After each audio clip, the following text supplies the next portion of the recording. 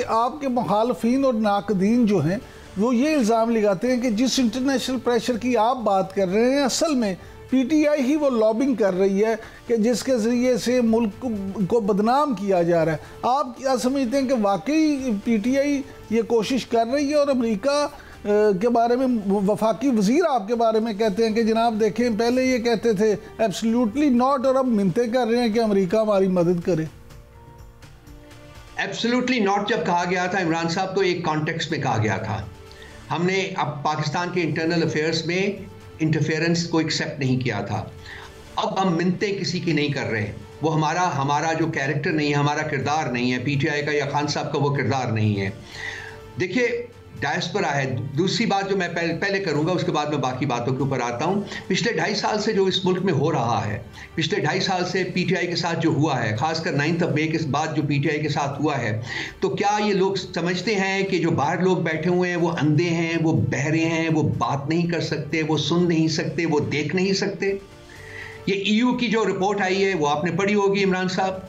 जो यूके की गवर्नमेंट ने जो स्टेटमेंट दी है वो भी आपने पढ़ी होगी। आप जो व्हाइट हाउस की स्टेटमेंट आई है वो भी पढ़ी होगी। यूयू पार्लियामेंट ने जो किया है वो भी पढ़ी होगी। कॉमनवेल्थ जो डेलीगेशन आया था उसकी रिपोर्ट भी पढ़ी होगी, शायद आपने देखा होगा।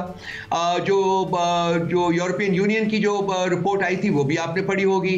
इसके अलावा जो हमारी इंटरनल जो हमारे डोमेस्टिक जो इंस्टीट्यूशन हैं उनकी रिपोर्ट्स भी आपने पढ़ी होगी कि किस डटाई से इलेक्शन जो था वो चोरी किया गया। ये तमाम चीज़ें और किस बुरी तरह ह्यूमन राइट्स वायलेट हुए हैं इस मुल्क में और हो रहे हैं, ये तमाम चीज़ें हमें बताने की ज़रूरत नहीं है किसी को। ये सब चीज़ें जो हैं वो लोगों तक खुद पहुंची हैं, इंटरनेशनल मीडिया के ऊपर उजागर हुई हैं, इंटरनेशनल मीडिया ने इनको कवर किया है। तो ये जो इनका खौफ है वो झलकता है इस चीज़ से कि ये इस सारी चीज़ का इल्ज़ाम हमारे ऊपर देना चाहते हैं कि हमने कहा है। हाँ, डायस्पोरा जो है, पाकिस्तानी डायस्पोरा जो मुख्तलिफ मुल्कों में मौजूद है, जो पीटीआई का बहुत बड़ा हामी है, वो उन्होंने बिल्कुल कोशिशें की हैं। उन्होंने बिल्कुल ह्यूमन राइट्स की वायलेशंस को उजागर करने की कोशिश की है। ये उनका हक है, उनकी रिस्पॉन्सिबिलिटी है, बल्कि वो किया है तो उसमें क्या गलती की है, क्या जुर्म किया है उन्होंने। लेकिन इन हुकूमतों को खुद पता है मेरे भाई, सब कुछ इनको खुद पता है। अच्छा रऊफ साहब, आज राना सनाउल्लाह साहब ने एक जो नई बात की है, बल्कि आपको सुनवा भी देते हैं कि वो क्या कहते हैं। सुनाएं जी राना सनाउल्लाह साहब क्या कहते हैं। मुज़ाकरात ने कामयाब होना है। हम पूरे खुलूस नियत से उनको कामयाब करना चाहते हैं। मियां नवाज शरीफ, इमरान खान साहब, आसिफ अली जरदारी साहब, ये लोग बैठ जाएं। क्या फिर ये बहरानी कैफियत जो है उनमें से वो लोग जिम्मेदार नहीं है जो इस मकसद के तहत, इस सोच के तहत जो है वो बैठने को तैयार नहीं है? जी रऊफ साहब, राना सनाउल्लाह साहब तो कहते हैं कि मुज़ाकरात ने कामयाब होना और मियां नवाज शरीफ, आसिफ अली जरदारी और इमरान खान बैठ जाए मिलके, तो क्या ऐसा मुमकिन नजर आता है आपको? ये मुस्तकिल में तीनों बैठ सकते हैं? इमरान साहब, आपने भी देखा होगा कि कुछ राष्ट्रीय टाउट जो है वो नेशनल गवर्नमेंट की बात कर रहे हैं। देखिए, हमारी कंटेंशन बड़ी सिंपल, सादा और स्ट्रेट रही है कि ये जो मैंडेट चोरी हुआ है 8 फरवरी को, ये हमें एक्सेप्टेबल नहीं है।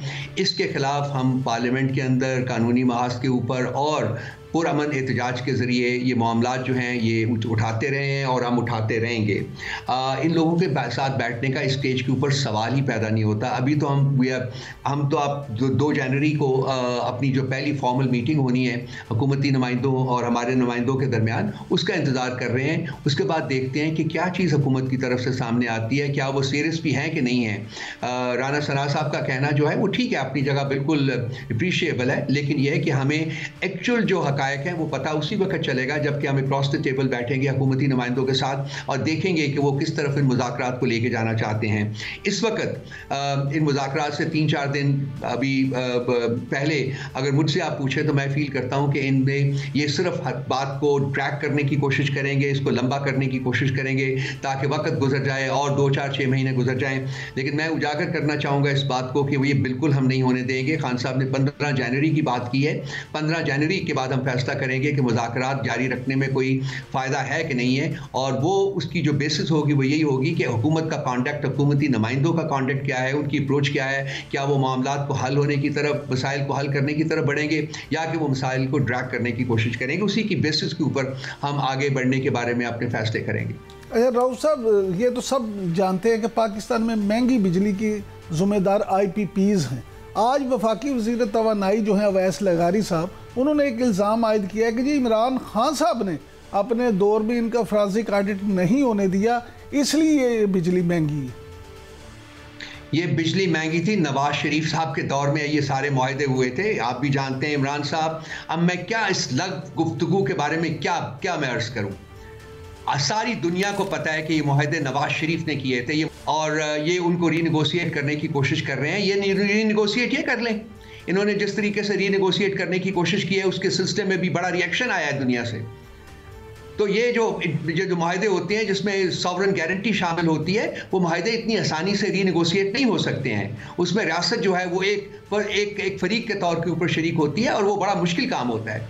तो ये छोड़े, अवैस लगारी साहब के बारे में क्या बात करनी। पहले गन करते हैं, फिर उसका गन जो है वो दूसरों के ऊपर डालने की कोशिश करते हैं। ये पुराना वतीरा है पाकिस्तान मुस्लिम लीग नवाज का, ये ऐसे ही करते आए हैं। अच्छा राव साहब, ये फरमाइएगा कि 190 मिलियन केस जो है, बाज़ लोगों का ख्याल है कि उसका फैसला भी इसीलिए मुअख्खर किया गया है कि इमरान खान साहब क्योंकि मुज़ाकरात पे रजामंद हो गए हैं और शायद कोई गुड जेस्चर के तौर पे ये सारी चीज़ें हो रही हैं। क्या वाकई ऐसा है? अगर ये वाकया ये होता, मैं इसको मान लेता। देखिए, एक और भी नैरेटिव चल रहा था मार्केट में, वो ये है कि ये मामला जो है वो फौरी तौर के ऊपर, जब फैसला आएगा तो फौरी तौर के ऊपर हाई कोर्ट में चैलेंज हो जाएगा। और इस वक्त इस्लामाबाद हाई कोर्ट की कॉन्स्टिट्यूशन ये है कि 7 में से 6 जजेस जो हैं वो इंडिपेंडेंट माइंडेड है, और वो पहली हियरिंग में ही जो है वो खान साहब को बेल आउट कर देंगे। इसलिए इस खौफ से भी शायद उन्होंने अभी तक ये फैसला नहीं किया। ये चाहेंगे कि पहले नए जजेस अपॉइंट करें, और नए जजेस को अपॉइंट करके इस्लामाबाद हाई कोर्ट को भी अपने कंट्रोल में लेने की कोशिश करें, जैसे ये बाकी हाई कोर्ट्स जो हैं उनको भी डालते जो उनको अपनी कंट्रोल में कर रहे हैं, और उसके बाद ये फैसला करें ताकि खान साहब की जो बेल है उसको डिनाई किया जा सके। ये भी नैरेटिव चला है मार्केट में। अच्छा राव साहब, ये फरमाइएगा कि बिलावल भुट्टो सरदारी ने यह कहा है कि जनाब पीटीआई तो एक बहाना है, असल में मिसाइल प्रोग्राम निशाना है। क्या आप वाकई ऐसा समझते हैं? अगर ऐसा है तो उनका इशारा है किसकी तरफ? पीटीआई जो है ना जी, मैं इसको इस तरीके से देखते हैं कि पीटीआई की जो कामयाबी जो है वो पीएमएलएन, पीपल्स पार्टी, एमक्यूएमपी और ऐसी और जमातों की पॉलिटिकल डेथ जो है वो होगी, क्योंकि अब इनकी पॉलिटिक्स जो है वो अपने आखिरी सांस ले रही है। अब खान साहब जब वापस आएंगे इंशाअल्लाह ताला, मुल्क का वज़ीर आज़म बनेंगे, तो ये जो इनकी पॉलिटिकल डेथ है, ये सियासी जनाजे बन चुके हुए हैं।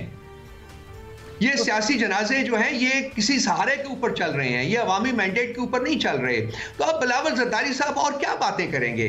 यही कंस्पिरेसी की बातें करेंगे ना। उनके पास कोई सब्सटेंटिव गुफ्तगू करने का तो कुछ भी नहीं रहा होगा। उनको अपनी सियासी मौत जो है वो नजर आ रही है, उसको वो डिले करने की कोशिश कर रहे हैं। फिर किसी और चीज की बात करेंगे जिनका कोई सब्सटेंस नहीं होगा, लेकिन वही कि किसी तरीके से पीटीआई जो है वो हुकूमत में ना आए, किसी तरीके से खान साहब दोबारा इस मुल्क के वज़ीर आज़म ना बने। लेकिन मैं उनको बताना चाहूँगा कि ये तय है कि खान साहब दोबारा आएंगे और इस मुल्क को जो है वो रिट्रीव करेंगे, जिस गंद में इन्होंने तीनों चारों पॉलिटिकल पार्टीज ने मिलकर उसको डाला हुआ है। लेकिन सर, शेर अफजल मरवत साहब तो आपके अपने आदमी हैं, आपकी पार्टी से हैं। वो कहते हैं कि इस्टेब्लिशमेंट मुज़ाकराती टीम को सहूलियात फराहम कर रही है। क्या वाकई ऐसा है? और कोई डील के जो इल्ज़ामात हैं उनमें कोई हकीकत है? देखिए, राना सनाउल्लाह साहब ने भी फरमाया था, आपको याद होगा, उन्होंने कहा था जी कि हम इस्टेब्लिशमेंट को साथ लेके चलेंगे। दूसरी, अभी जो ख्वाजा आसिफ साहब ने भी फरमाया है, उन्होंने भी कहा है जी कि इस्टेब्लिशमेंट सब इकट्ठे हैं। तो इस्टेब्लिशमेंट मौजूद तो है ना, उसके बगैर तो आपको पता है कि मुज़ाकरात का आगाज हो ही नहीं सकता था। इमरान साहब, ये तो इजाजत के साथ काम करनी है। तो अगर कोई वो कुछ कर रहे हैं तो ठीक है, मैं इस सिलसिले में मजीद बात नहीं करना चाहूंगा।